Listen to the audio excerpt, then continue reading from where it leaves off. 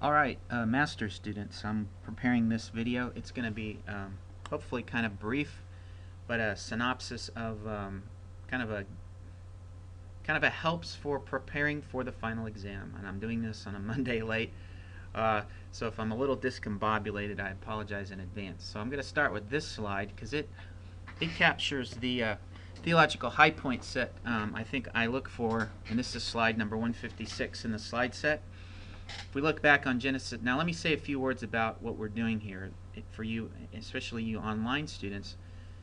I've given you some heads up on the final exam. We're preparing an essay. You're not giving me bullet points. You're giving me full, complete sentences, thoughtful and articulate. So you're preparing and practicing an essay that you're going to, through your proctor that you've given me information for, you're going to be receiving the final exam and completing it within 2 hours, no more. And it's a closed Bible and closed notes. So you're thinking through this in advance, and your answers coming from your own noggin, as they say in Ireland. So you're giving me and you're talking through the historical books, Genesis through Esther. Each one of those books does a couple of things. What the author is doing is communicating to an audience. The author is giving history, people, places, events and things and locations, but also, more importantly, to me anyway, is the theological high points. The authors are conveying theology, truth about God and relationship with God as it relates to individuals or, in some cases, corporate, that is the nation Israel. Alright, all that being said, you're preparing an essay that you can complete in less than 2 hours, talking through each of these books, primarily with a focus of not so much the mundane of author audience, but sometimes, but also more importantly, the theological high points. And as the books are related to each other and connected. So let me talk, kind of give you my purview. If I was preparing a final for this final exam, if I was preparing an essay for the final exam that I've written for you, this is what I would do. So, Genesis 1 through 11, you're going to, of course, the big idea there is in Genesis 2:4, Yahweh,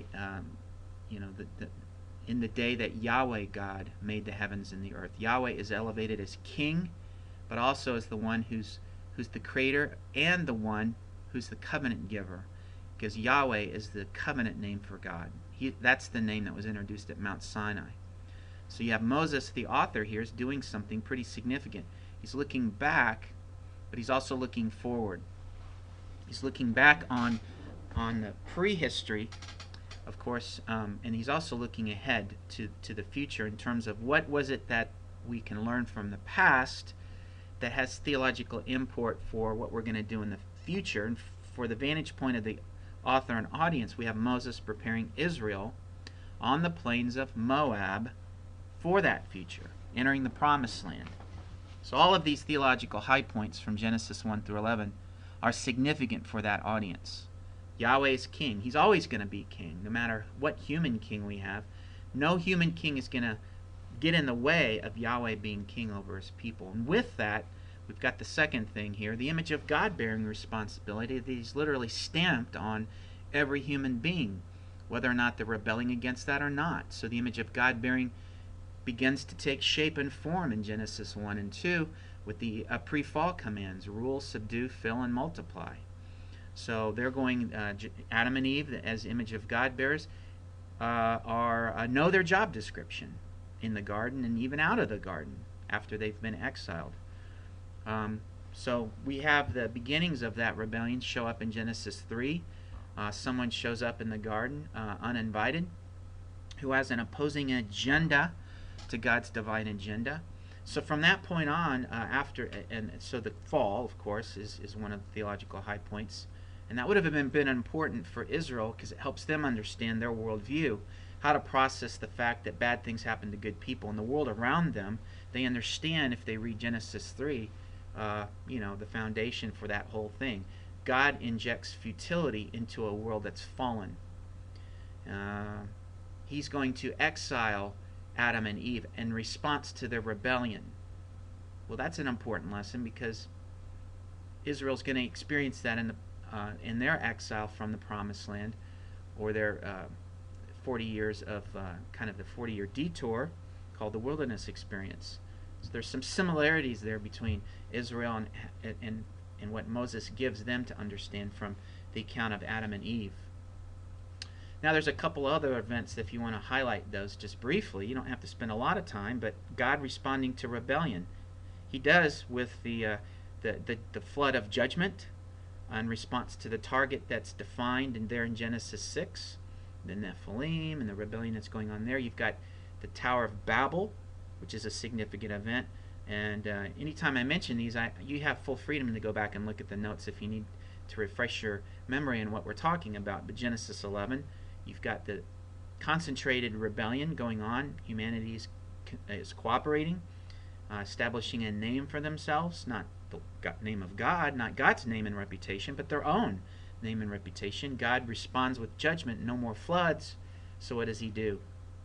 Scatters and confuses the language. All right, enough said on Genesis 1 through 11. Let's move to the next book, Exodus.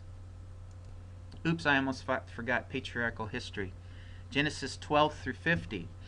Patriarchal history, some of the high points. Abraham, the Abrahamic covenant there in Genesis 12, 1 through 3. And I've got the summary slide here of the things that were promised. And this idea is like the passing of the baton. If you remember, we talked about how the baton gets passed, the idea of covenant relationship. What God unconditionally promises to Abraham will come true, must come true at some time in the future. So this is an important covenant that gets passed on from patriarch to patriarch, Abraham to Isaac. And if you want to talk about Jacob, you know, the covenant with him is established only after God literally wrestles Jacob to the ground. Remember we talked about Jacob the deceiver and his transition from deceiver to father of many nations, Israel. So he's renamed there to signify this transformation. And then Joseph, if you want to focus on the Joseph narrative, and they're central to Joseph, I make the case that this testing idea emerges. The idea of refinement, that metallurgical idea. So we see in Joseph implicit testing, his experience in Egypt, but the reminder that Moses gives that God was always with Joseph. He emerges and he's transformed, and then in Genesis 42 we have the climactic meeting, the encounter with the brothers. Remember I bring out in class the idea that this brotherhood idea, the loyalty, brothers being loyal one to another, that was the big idea. And what Joseph is doing there in chapter 42 is setting up a scenario similar to the one that basically they encountered with Joseph and leaving him to die. So the idea of fratricide and contrast to brotherhood. The question Joseph narrative asks is, when will brotherhood emerge? When will these brothers learn the lesson of treating each other loyally? And the question we have to ask from the author's vantage point is, what does that have to do with Israel in preparation for the Promised Land? They're going there to the Promised Land, and it's vital that they get along as brothers, A, and B, treat each other loyally. Otherwise, it's going to fail. So this is an important theological lesson for Israel to understand from the Joseph narrative. Now, regarding the book of Exodus, of course, Moses is called. Call narrative there. We spent a little time talking about that and Moses' initial reluctance to do this thing. But really a theological high point, you could talk about Israel's miraculous God showing up and authenticating his agenda and rescuing Israel out of Egypt, but then the wilderness experience from Egypt to eventually getting to Mount Sinai and the significant Sinai covenant, or the Mosaic covenant. And we're in slide 187 now in the slide set that you have through that Dropbox link that I put in Blackboard.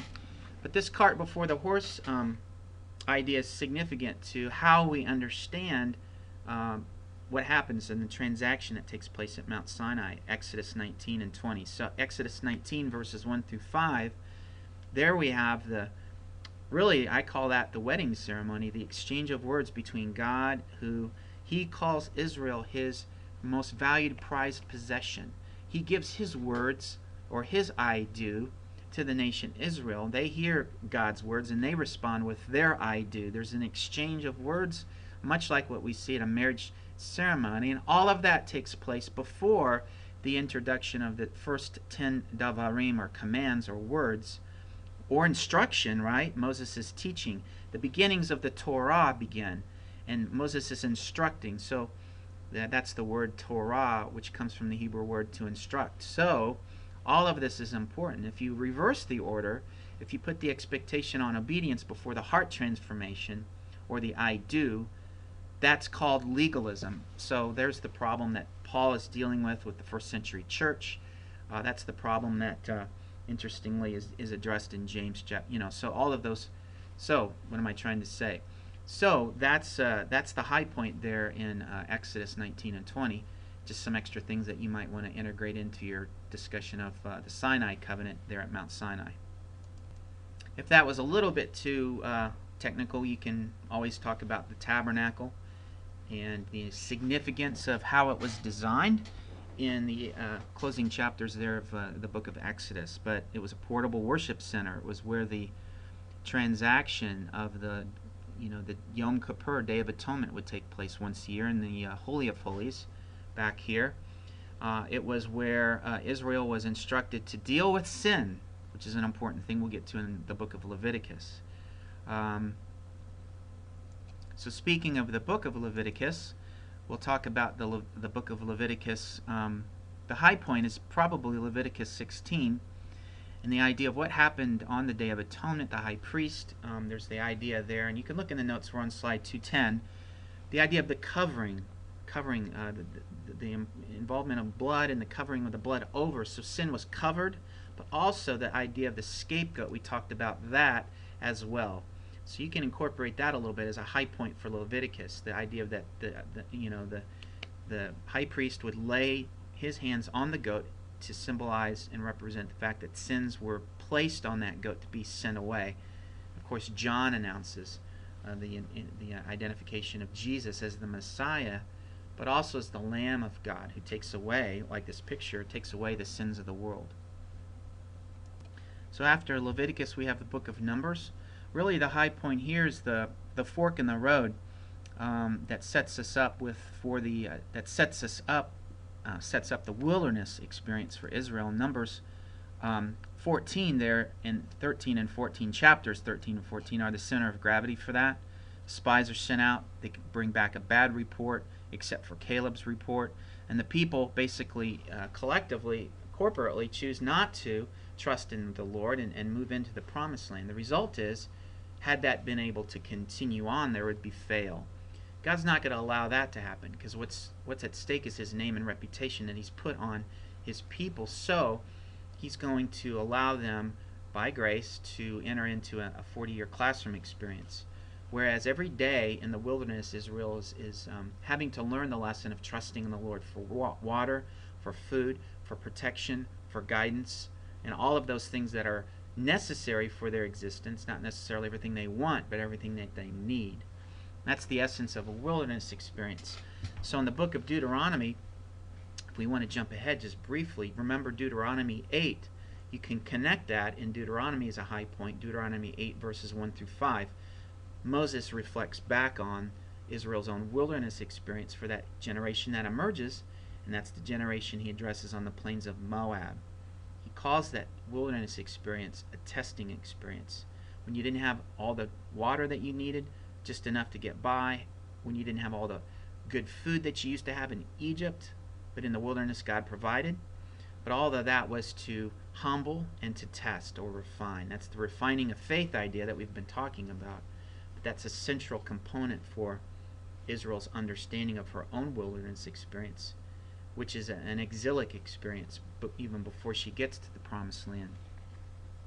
So on this slide 219 in the book of Deuteronomy, I talk about the idea of one of the high points was the Shema, in chapter 6 verse 4, where Moses instructs Israel with "Hear, O Israel, Yahweh is our God, Yahweh is one, or Yahweh alone."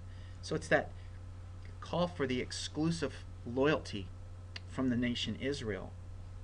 What's interesting about that context there, if you want to develop it a little bit in your essay, you can talk about the parental instructional role that was significant and vital to each generation learning the same lessons. So parents have an important role. Even today, I would argue that's the foundation. Another theological high point in the book of Deuteronomy, as I said, is the Deuteronomy 8. There are verses 1 through 5 that reflect theologically on Israel's wilderness experience. You could also talk about the fork in the road that's built into the covenant relationship, the two-sided coin. Moses says, look, if you go down this way, this path, in Deuteronomy 30, verses 15 through 20, he says, see, I've set before you today, Israel, two choices, obedience and life, or disobedience and the removal of life, which would be the idea of the curse, the removal of covenant blessings. It's what good parents do, and it's the tough love that God demonstrates to his people, Israel. All right, let's pause for a second. I just saw this slide that covers the Pentateuch one more time to give some of the high points there, slide 226. They're in your set. But now we move on to the book of Joshua. And now, Moses is going to pass that baton of leadership. Now I'm talking, here's how you should do it in your essay. You got to give continuity between each of the books. Joshua is going to take the baton. He's going to receive the filing cabinet called the Torah, Moses' 5 books, and he's going to now lead the Israelites in applying what they should have learned. Now they're going to apply the lessons of the Pentateuch. One lesson that I forgot to talk about with Deuteronomy was Deuteronomy 17, 14 through 20. If you remember, that's the prescriptions for a king, the 3 don'ts and the 1 do. Don't accumulate gold, don't accumulate a large army, don't accumulate women through treaty making. But what you should do if you're king, any good king in Israel is going to be a walking billboard of covenant relationship for his people. That's going to be the criteria that we need to have to understand 1 Samuel and all of the books of Kings beyond that. Each king in Israel's history is going to be evaluated based on that criteria alone. Forgot to say that, sorry. All right, let's move on to Joshua. So that now we've got application going on. Joshua, so, for example, the laws for war that we talked about in Deuteronomy 20 now are going to be applied. The battles are going to be fought God's way. If they're going to be won battles, lost battles are going to be those battles that are not going to be fought God's way. We get to the significant, one theological ramification of Joshua and the conquest is that the conquest is incomplete. Not all the nations are driven out of the promised land, and we saw this slide here. The red is the conquered, the green is the unconquered. So there's a pretty big chunk of unconquered land that's in the promised land. So the implications of that will make the connection to the next book, which is the book of Judges. And I'm jumping ahead just briefly, but that 400-year period of the book of Judges is largely seen theologically. The implications are seen theologically in this slide right here, the incomplete conquest. Another theological high point, if you want to talk about the book of Joshua, is maybe the account of Rahab, the pagan prostitute there in Jericho, who literally trusts in the Lord, but also recognizes Yahweh before the spies, but also, as a result, enters into the community of faith, such that she becomes part of the women's side, anyway, of the messianic line. Rahab, and eventually we'll get to Ruth, and then eventually we'll get to King David through the genealogy. She enters in, and she also is a great example of faith for later authors of the Bible, namely Hebrews, the author of Hebrews, the book of James, etc. So that's something that you can talk about there in the book of Joshua. The book of Judges, we talked about cycles. So the implications of the incomplete conquest are seen in the book of Judges. We have this downward spiral, this cycle that's repeated. We talked about it in Judges chapter 2, verses 11 and following. Some examples of some of the judges you could highlight if you want to talk about Gideon and his testing of God. So he's an unwillingness to trust in the Lord, but then what happens is Gideon isn't testing God, but then God turns it around and tests Gideon. So he whittles down the size of his army. You could use the roaming Levite of Judges chapter 17 as an example to just basically illustrate this 400-year period is somewhat chaotic spiritually, and the thesis statement of the book of Judges there is in the very last verse, the very last chapter. There was no king in Israel. Everyone did that was right in his own eyes. But the ray of hope that we have in the development of your essay, you want to make the connection between Judges and the next book, and that's the book of Ruth. Ruth appears as a breath of fresh air. Now it pericopes in, and it's focusing on the family of Naomi, the family of Boaz. Ruth's demonstrated loyalty to Naomi, and Boaz's demonstrated loyalty as being a loyal covenant member of the society. So still, Ruth takes place during this 400-year period of chaos. There's still a faithful remnant in Israel, and they're doing it right. Boaz is a loyal and faithful kinsman redeemer to the family of Naomi. He's also a faithful and loyal covenant member and is allowing for the gleaning of his field. So all of these are prescribed in the Torah. These are the things that come out of Deuteronomy, for example, and the book of Leviticus. These are the laws and the teaching, covenant instruction that Moses had given. So Boaz is a model of that. So you can talk about these things in the book of Ruth. So we transition now from the dark 400-year period, and really Samuel is a prophet. He really functions as almost the last judge in the cycle. And he's going to transition us from, basically, notice how I do this, so you can do it in your essay. The thesis statement of the book of Judges, what kind of king do we need to fix this problem? Of course, the answer is back in Deuteronomy 17. So when we meet up with Theological High Point, the people are asking Samuel for a judge. He gives us a judge, and if you remember the comical slide I prepare, is this kind of king, which is the wrong kind of king. Saul is not the kind of king that fits the scenario. And there in 1 Samuel 8, chapter 8, we see the wrong kind of king that Samuel provides for in response to the request. And remember, we talked about it in class. This is slide 241.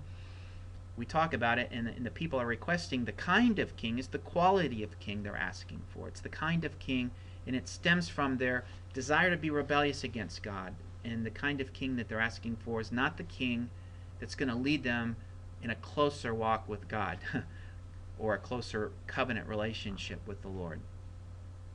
And we evaluate the first of the three kings of the United Kingdom. Saul's no-hearted king. And what we see beginning to take place in 1 Samuel is a kind of a plot reversal for Saul. Saul's on the decline as Samuel finds and identifies Israel's next true king, and that's King David. David begins to authenticate himself as Israel's true king, in contrast to Saul. So you want to make sure you talk about that in your essay. One of the high points you could talk about, one of the big authenticating events for David is his encounter with Goliath, and we talk about that in slide 243. And David's the one, in contrast to Saul, who shows up with the right theology on the battlefield. He's the one who, with a little training, life experiences in terms of being a shepherd, he's the one that runs to the battlefield with the right theology to win the battle of the day. He's going to fight that battle God's way, interestingly, and encouraging us in ministry. Using the skills and talents and abilities that we already have, God's going to take those and win the day. So that's an authenticating event for King David. What happens after that in 1 Samuel, we see that there's a civil war that breaks out. I'm sorry, let me pause for a second. I jumped ahead a little bit before the civil war breaks out. We're looking ahead to 2 Samuel, but what happens at the end of 1 Samuel is we see the final demise of Saul, tragically killed with his sons on the battlefield. David grieves the loss. We have the transition to 2 Samuel. King David begins to continue to have success, victories on the battlefield, and probably the theological high point that we desperately want to include on our essay is there in 2 Samuel chapter 7. And the wholehearted king, King David, that's the Davidic covenant. And the Davidic covenant, we spent a lot of time in class talking about this and the kinds of things that are promised through the prophetic oracle, through Nathan's oracle to King David.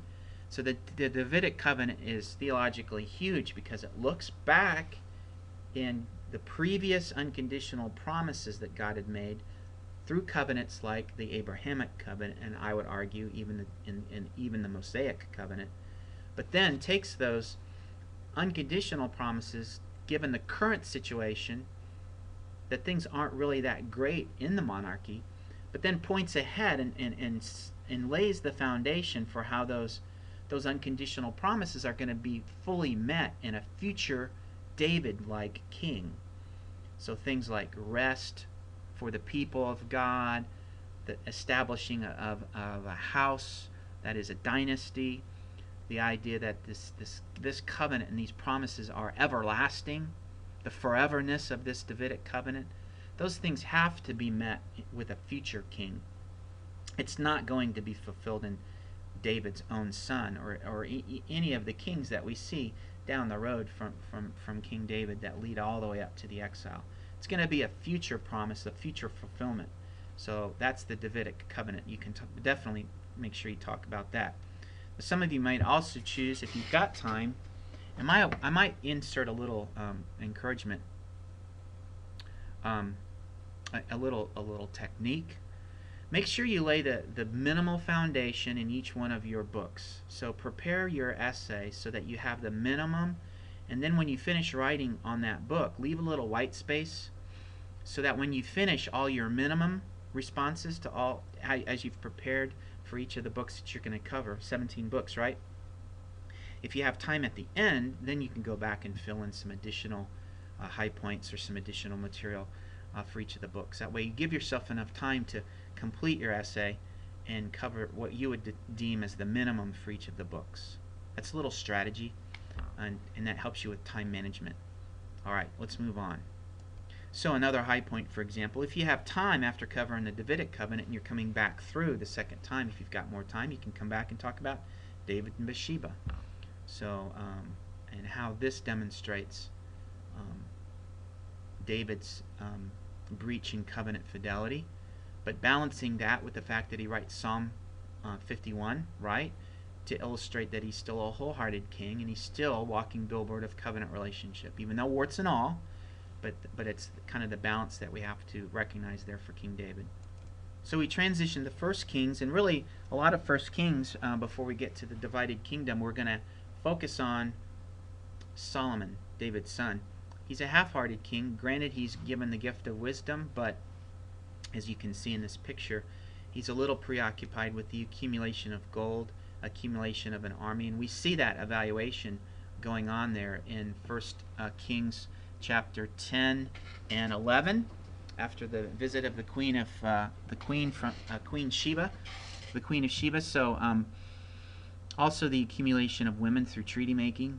He's applying his wisdom. He's a great diplomat, but there's some things that are going on where he's not fitting into, right, the criteria of what a good king looks like. Deuteronomy 17:14 through 20. So after Solomon's death, we have Rehoboam, who's made king over all Israel, and then we have the introduction of the beginnings of the division. We have Jeroboam, who's going to return from his exile in Egypt, and so we have the divided kingdom that takes place.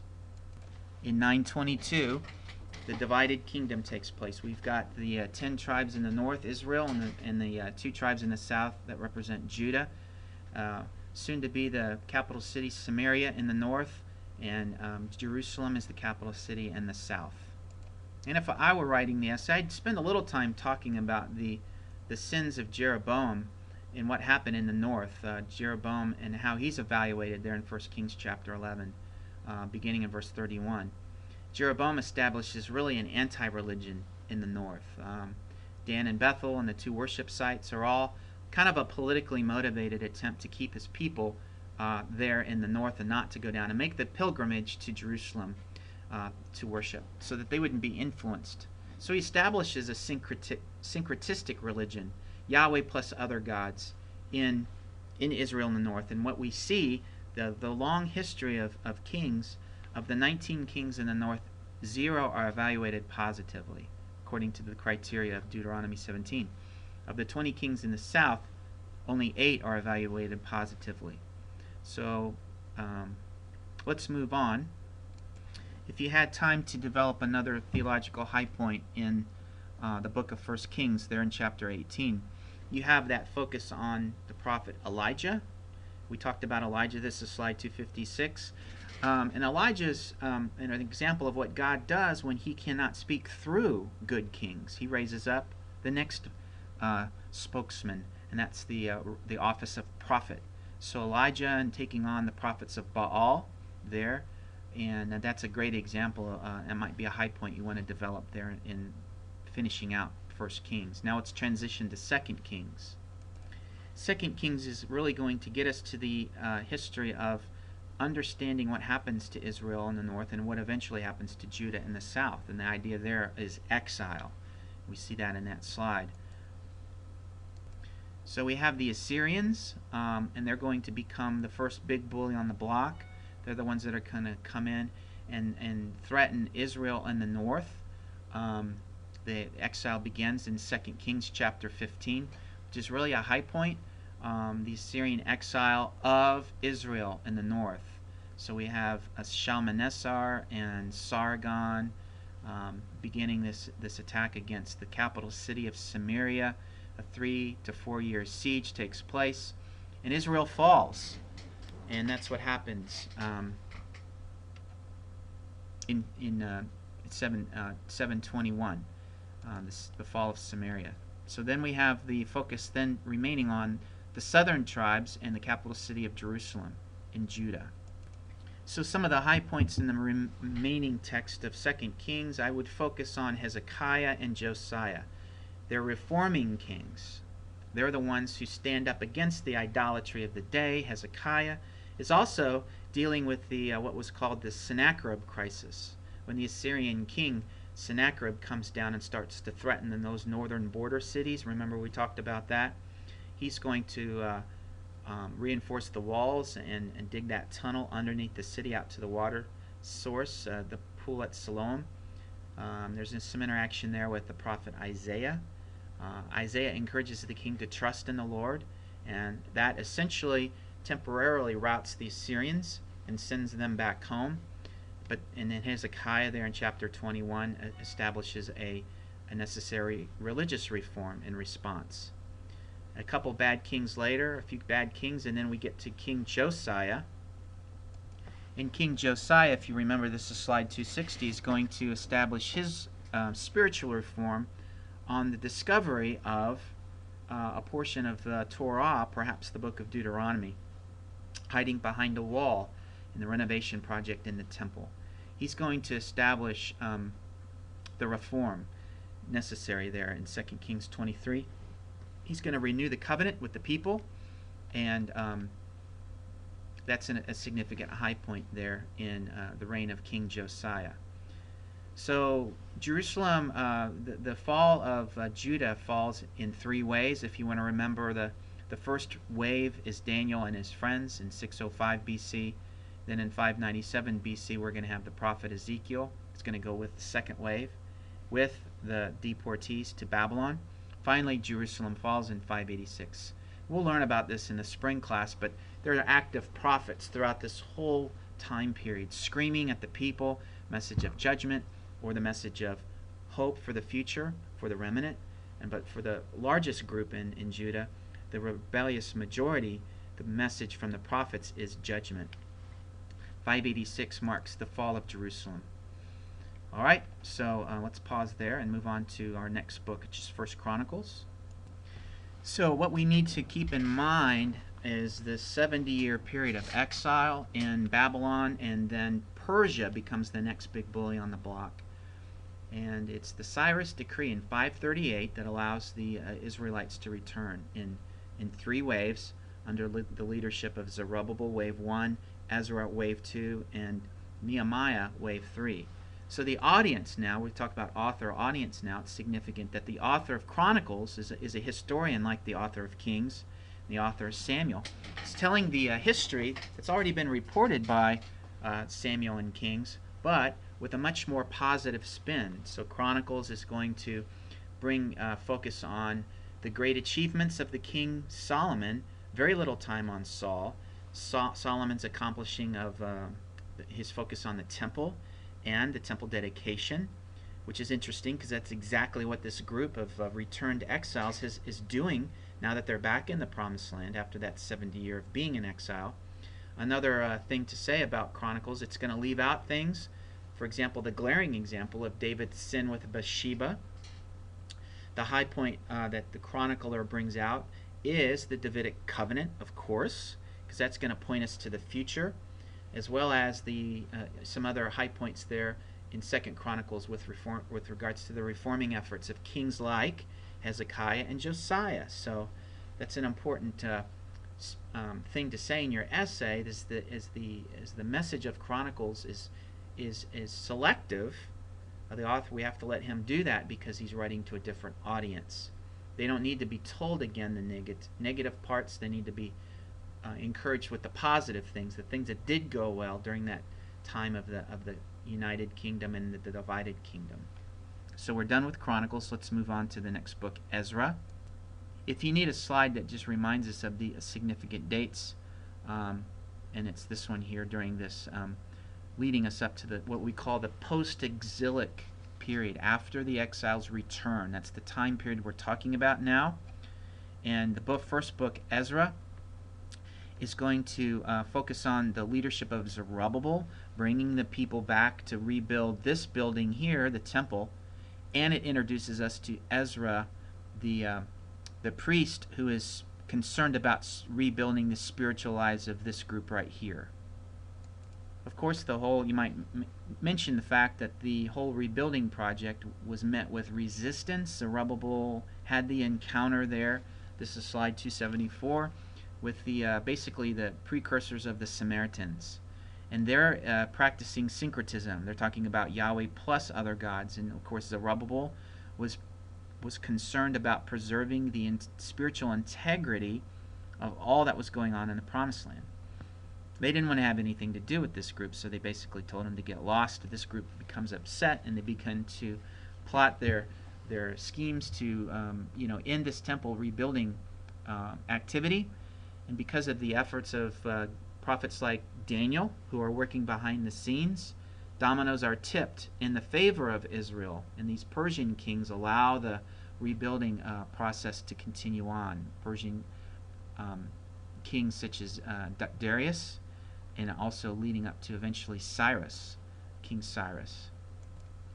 Nehemiah is going to have primary responsibility in seeing that things were getting a little desperate back home in the Promised Land. He requests for permission to lead the people in a project to rebuild the walls. That was his primary concern. Of course, in the book of Nehemiah, you want to make sure that you mention Ezra is the priest, and in the reading of the Torah is a significant event there. There in Nehemiah chapter 8. And you notice there's a high point. I would include it in my essay just because it illustrates how the people are responding to the reading of the Torah, the preaching of the Torah. And there's Ezra and others are interpreting or exegeting the Torah, explaining it so they can understand the meaning of what they're hearing. Also, they're helping the people apply the reinstitution of the Feast of Booths, which is a celebration of rejoicing in response to all that God has done. So all of that's a pretty significant high point there.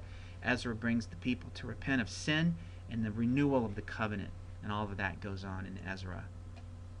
Finally, Ezra does that in the book of Nehemiah, and then we have the book of Esther. And again, like the book of Ruth, it focuses in on a particular specific individuals. Of course, you know the overview of the book of Esther. She becomes queen under the Persian king. Her cousin Mordecai is at first encouraging her to not reveal her true Israelite identity, but then necessarily, because of Haman and his plot, she has to show up for such a time as this, in the words of Mordecai. So she demonstrates her faithfulness, or her covenant fidelity, in trusting in the Lord.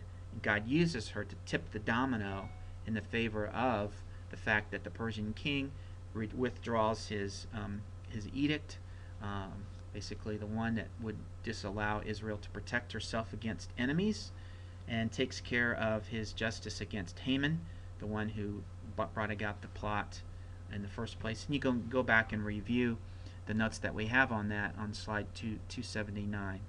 So this is a significant book because it helps us to understand even the Feast of Purim there at the end. So really the theological high point is Esther demonstrating her trust in the Lord and how God uses her behind the scenes, like Daniel, to tip the dominoes in favor of the Israelites who are back home in the Promised Land, and through her faithfulness they are protected. So now we've gotten through all of the books, and all in 40 minutes of me ranting and raving. Now your job is to take this and to consolidate it, and you're preparing an essay. You've got time to practice. If you're an online student, you've been given your instructions. Make sure you give Emily, my assistant, at ejones@swibitz.edu.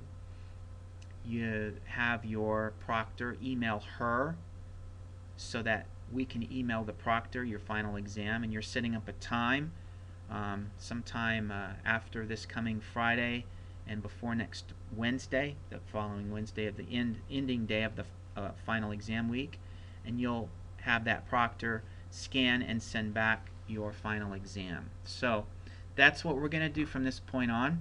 In the meantime, I'll be looking at your argumentation templates and grading that assignment, and looking forward to the reception of your final exam.